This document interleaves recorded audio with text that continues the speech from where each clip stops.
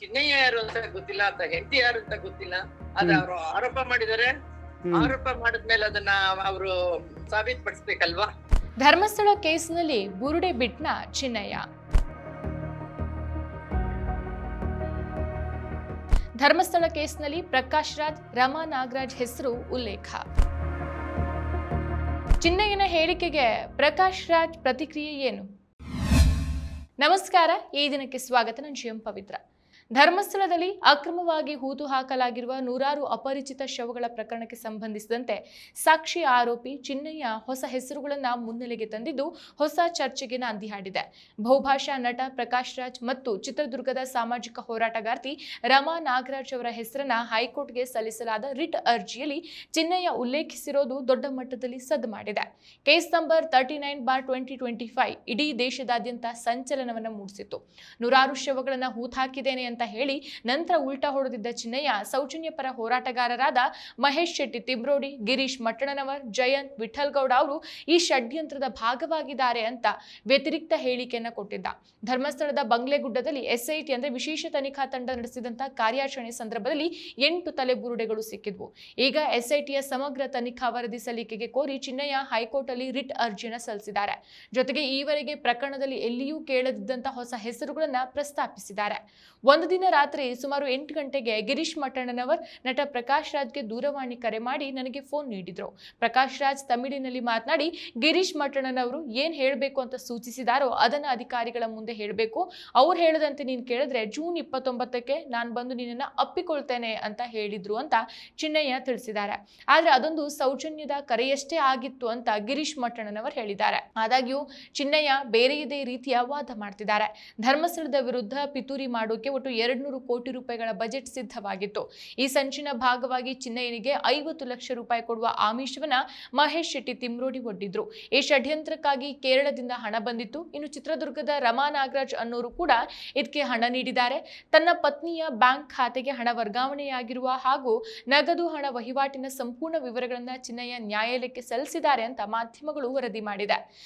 ಸುದ್ದಿ ದೊಡ್ಡ ಮಟ್ಟದಲ್ಲಿ ಹಬ್ಬಿದ ಬೆನ್ನಲ್ಲೇ ಸಾಮಾಜಿಕ ಮಾಧ್ಯಮಗಳ ಮೂಲಕ ಪ್ರತಿಕ್ರಿಯಿಸಿರುವ ಗಿರೀಶ್ ಮಟ್ಟಣ್ಣನವರ್, ರೋಗಿ ಬಯಸಿದ್ದು ಹಾಲು ಅನ್ನ, ಡಾಕ್ಟರ್ ಹೇಳಿದ್ದು ಹಾಲು ಅನ್ನ ಎಂಬಂತಾಗಿದೆ ಅಂತ ಹೇಳಿದ್ದಾರೆ. ಎಸ್ಐಟಿ ವರದಿಯನ್ನ ಹೊರಗಿಡಬೇಕು ಅಂತ ರಾಜ್ಯ ಸರ್ಕಾರಕ್ಕೆ ಕಳೆದ 3 ತಿಂಗಳಿಂದ ನಾವು ಒತ್ತಾಯ ಹಾಕ್ತಿದ್ದೇವೆ. ರಾಜ್ಯ ಸರ್ಕಾರಕ್ಕೆ ಎಸ್ಐಟಿ 3 ತಿಂಗಳ ಹಿಂದೆನೆ ವರದಿ ಕೊಟ್ಟಿದೆ ಎಂಬ ಮಾಹಿತಿ ಬಂದಿತ್ತು. ಆರ್ಟಿಐ ಮೂಲಕ ಕೇಳಿದ್ರು ಸರ್ಕಾರ ಏನೂ ಪ್ರತಿಕ್ರಿಯಿಸ್ತಾ ಇರಲಿಲ್ಲ. ನಾವು ಗೋಗರಿತಾ ಇದ್ದೆವು. ನ್ಯಾಯಾಲಯದ ಕದ ತಟ್ಟಬೇಕು ಅಂತ ಯೋಚಿಸ್ತಾ ಇದ್ದೆವು. ನಾವು ಮಾಡಬೇಕಾದಂತ ಕೆಲಸವನ್ನ ಚಿನ್ನಯ್ಯನನ್ನ ಲಾಡ್ಜ್ನಲ್ಲಿ ಇಟ್ಕೊಂಡು ಸಾಕಿ ಸಲಹುತ್ತಾ ಇರುವವರು ಮಾಡಿದ್ದಾರೆ. ರಿಟ್ ಅರ್ಜಿ ಹಾಕಿಸಿದವರಿಗೆ ಧನ್ಯವಾದಗಳನ್ನು ಹೇಳ್ತೇನೆ ಅಂತ ಮಟ್ಟನವರು ಹೇಳಿದ್ದಾರೆ. 100% ಶುದ್ಧ ಶ್ರೀಗಂಧ ಎಣ್ಣೆಯಿಂದ ತಯಾರಾಗಿದೆ. ಅಸಲಿ ಉತ್ತಮಿಕೆಯನ್ನು ಹೊಂದಿದೆ. ಮೈಸೂರ್ ಸ್ಯಾಂಡಲ್ ಸೋಪ್, ನನ್ನ ರಾಯಲ್ ಬ್ಯೂಟಿ ರಿಚುವಲ್. ಹಾಗೆ ಮುಂದುವರೆದು ಹೇಳ್ತಾರೆ, ಚಿತ್ರದುರ್ಗದ ರಮಾ ನಾಗರಾಜ್ ಅವರು ಹಿರಿಯ ಸಾಮಾಜಿಕ ಹೋರಾಟಗಾರ್ತಿ. ಅವರು 200 ಕೋಟಿ ಕೊಟ್ಟರಂತೆ ಅಂತೆಲ್ಲ ಹಬ್ಬಿಸ್ತಿದ್ದಾರೆ. 200 ಕೋಟಿ ರೂಪಾಯಿ ಎಲ್ಲ 200 ಹುಣಸೆ ಬೀಜಗಳನ್ನ ಕೊಡೋದಕ್ಕೂ ಅವರಿಂದ ಆಗೋದಿಲ್ಲ. ಚಿನ್ನಯ್ಯನ ಮೂಲಕ ಸುಳ್ಳುಗಳನ್ನ ಹೇಳಿಸಿದ್ದಾರೆ. ನಾವು ನ್ಯಾಯಾಲಯದ ಮುಖಾಂತರವೇ ಉತ್ತರವನ್ನ ಕೊಡ್ತೇವೆ. ಆರೋಪಿ ಚಿನ್ನಯ್ಯನ ಹೇಳಿಕೆಗೆ ಮಸಾಲೆ ಹಾಕಿ ವರದಿ ಮಾಡ್ತಾ ಇರುವಂತಹ ಟಿವಿ ಚಾನೆಲ್ಗಳು ಇದೇ ಉತ್ಸಾಹವನ್ನ ಎಸ್ಐಟಿ ಅವರು ಕೋರ್ಟ್ಗೆ ರಿಪೋರ್ಟ್ ಸಲ್ಲಿಸಿದಾಗ ಮಾಧ್ಯಮಗಳು ತೋರಿಸಬೇಕು ಅಂತ ಮನವಿ ಮಾಡಿದ್ದಾರೆ. ಹಾಗಾದ್ರೆ ರಮಾ ನಾಗರಾಜ್ ಯಾರು? ಶ್ರೀ ಕ್ಷೇತ್ರ ಧರ್ಮಸ್ಥಳ ಗ್ರಾಮೀಣಾಭಿವೃದ್ಧಿ ಯೋಜನೆ SKRDP ಅಡಿಯಲ್ಲಿ ನಡೆಸ್ತಾ ಇದ್ದಂತಹ ಹಗರಣಗಳನ್ನ ನಿರಂತರವಾಗಿ ಪ್ರಶ್ನಿಸ್ತಾ ಇರುವವರು ರಮಾ ನಾಗರಾಜ್. ಸಂತ್ರಸ್ತರ ಪರವಾಗಿ ಕಾನೂನು ಹೋರಾಟಗಳನ್ನು ನಡೆಸ್ತಾ ಇರುವವರು. ಅವರು ಹಲವು ಸಮಾಜಮುಖಿ ಚಳುವಳಿಗಳಲ್ಲಿ ತೊಡಗಿಕೊಂಡಿದ್ದಾರೆ. ಮಂಡ್ಯ ಮೂಲದವರಾದ ಇವರು ಚಿತ್ರದುರ್ಗಕ್ಕೆ ಸೊಸೆಯಾಗಿದ್ದಾರೆ. ನ್ಯಾಯಾಧೀಶರಾಗಿದ್ದ HL ನಾರಾಯಣ್ ಗೌಡ ಅವರು ರಮಾ ಅವರ ತಂದೆ. ನಾನು ನ್ಯಾಯಾಧೀಶರ ಮಗಳು ಅಂತ ಹೇಳ್ಕೊಳ್ಳೋದಕ್ಕೆ ಹೆಮ್ಮೆ ಆಗತ್ತೆ.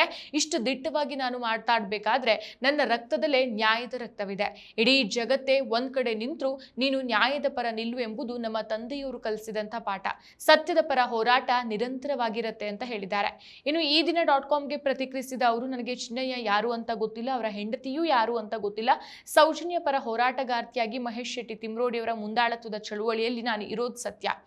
ನ್ಯಾಯ ಸಿಗೋವರೆಗೂ ನಾನು ಹೋರಾಟ ಹೋರಾಟದಲ್ಲಿ ಭಾಗಿಯಾಗ್ತೇನೆ. ಅದರಲ್ಲಿ 2 ಮಾತಿಲ್ಲ.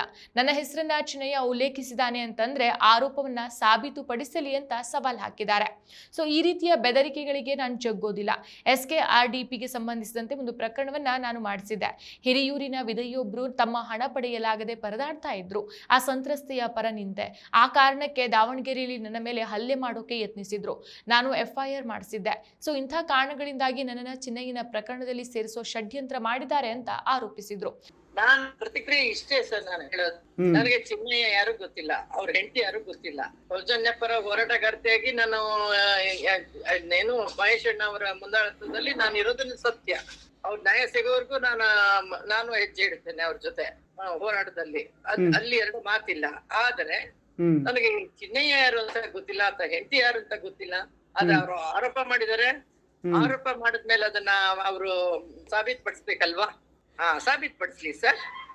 ನಾನು ಒಬ್ಬ ಖಡಕ್ ಹೋರಾಟಗಾರ್ತಿ. ನಮ್ಮನ್ನ ಈ ರೀತಿ ಮಾಡ್ಬಿಟ್ರೆ ನಾವು ಹಿಂದೆ ಸರಿತೀವಿ ಅಂತ. ಹಿಂದೆ ಸರಿಯೋದು ಎಲ್ಲಿ ಬಂತು ಹೋರಾಟಗಾರರಿಗೆ? ಧರ್ಮಸ್ಥಳ ಅಂತ ಹೇಳಿದಾಗ ಅದು ಊರ್ ಹೆಸರಷ್ಟೇ. ಬಟ್ ಇವರು ಕ್ಷೇತ್ರನ ಆಡ್ ಮಾಡ್ಕೊಳ್ತಾರೆ. ಅದು ನಾನು ಕಂಡೆಮ್ ಮಾಡ್ತೀನಿ. ಅದನ್ನಂತೂ ತುಂಬಾ ಕಠೋರವಾಗಿ ಖಂಡಿಸ್ತೇನೆ. ನಾನು ಒಂದು ಹಿಂದೂ, ನಾನು ಒಬ್ಬ ಹಿಂದೂ ಆಗಿ ನನ್ನ ಹಿಂದೂ ಕ್ಷೇತ್ರವನ್ನ ಯಾರಾದ್ರೂ ಡ್ಯಾಮೇಜ್ ಮಾಡಿದ್ರೆ ನಾನು ಸಹಿಸಲ್ಲ.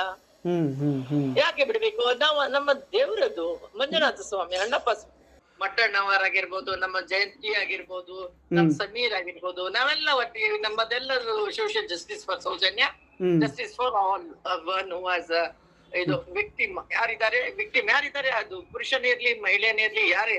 ಸಾರ್ವಜನಿಕ ಹಿತಾಸಕ್ತಿಯ ವಿಚಾರಗಳಲ್ಲಿ ನಾನು ಹಲವು ಪ್ರಕರಣಗಳನ್ನ ದಾಖಲಿಸಿದ್ದೇನೆ.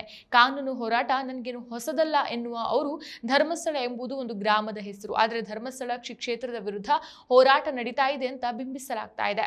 ನಮ್ಮ ಧಾರ್ಮಿಕ ಕ್ಷೇತ್ರಕ್ಕೆ ಅವಮಾನವಾದ್ರೆ ನಾನು ಸಹಿಸೋದಿಲ್ಲ. ನಮ್ಮ ಕುಟುಂಬವು ಶ್ರೀ ಕ್ಷೇತ್ರಕ್ಕೆ ಹಿಂದಿನಿಂದಾನು ಭಕ್ತಿ ಭಾವದಿಂದ ನಡೆದುಕೊಂಡು ಬಂದಿದೆ. ಈ ಕ್ಷೇತ್ರ ಎಲ್ಲ ಹಿಂದೂಗಳಿಗೆ ಸೇರಿದ್ದು. ಕ್ಷೇತ್ರದ ಬಗ್ಗೆ ಮಾತಾಡ್ತಾ ಇಲ್ಲ.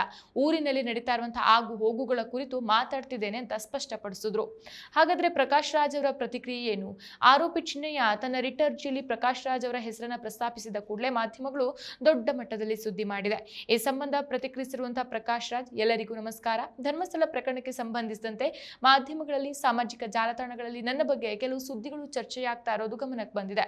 ಇದು ಅತ್ಯಂತ ಸೂಕ್ಷ್ಮವಾದ ವಿಷಯವಾಗಿರೋದ್ರಿಂದ ಮತ್ತು ಕೋಟ್ಯಾಂತರ ಭಕ್ತರ ನಂಬಿಕೆಗೆ ಸಾಕ್ಷಿಯಾಗಿರೋದ್ರಿಂದ ಇಂತಹ ಅನುಮಾನಗಳಿಗೆ ಉತ್ತರಿಸೋದು ನನ್ನ ಕರ್ತವ್ಯವೂ ಆಗಿದೆ ಅಂತ ತಿಳಿಸಿದ್ದಾರೆ. ಸೊ ಸದ್ಯ ನಾನು ಊರಿನಲ್ಲಿ ಇಲ್ಲ. 2 ದಿನಗಳಲ್ಲಿ ನಾನೇ ಖುದ್ದಾಗಿ ಬಂದು ಮಾಧ್ಯಮ ಮಿತ್ರರ ಮೂಲಕ ಇದಕ್ಕೆ ಸೂಕ್ತ ಪ್ರತಿಕ್ರಿಯೆ ನೀಡಲಿದ್ದೇನೆ. ಅಲ್ಲಿಯವರೆಗೆ ಗಾಳಿ ಸುದ್ದಿಗಳನ್ನ ದಯವಿಟ್ಟು ಯಾರು ನಂಬೇಡಿ ಅಂತ ಸ್ಪಷ್ಟಪಡಿಸಿದ್ದಾರೆ. ಸೊ ಪ್ರಕಾಶ್ ರಾಜ್ ಅವರ ಹೆಸರು ಚಿನ್ನಯ್ಯನ ಬಾಯಿಯ ಮೂಲಕ ಬಂದಿದ್ದು ಹೇಗೆ, ಯಾಕೆ ಬಂತು ಅನ್ನೋದ್ರ ಬಗ್ಗೆ ಹಲವು ಊಹಾಪೋಹಗಳು ಹರಿದಾಡ್ತಾ ಇದೆ. ಸತ್ಯ ಯಾವುದು ಅನ್ನೋದು ತನಿಖೆಯಿಂದಲೇ ಬಯಲಾಗಬೇಕಾಗಿದೆ.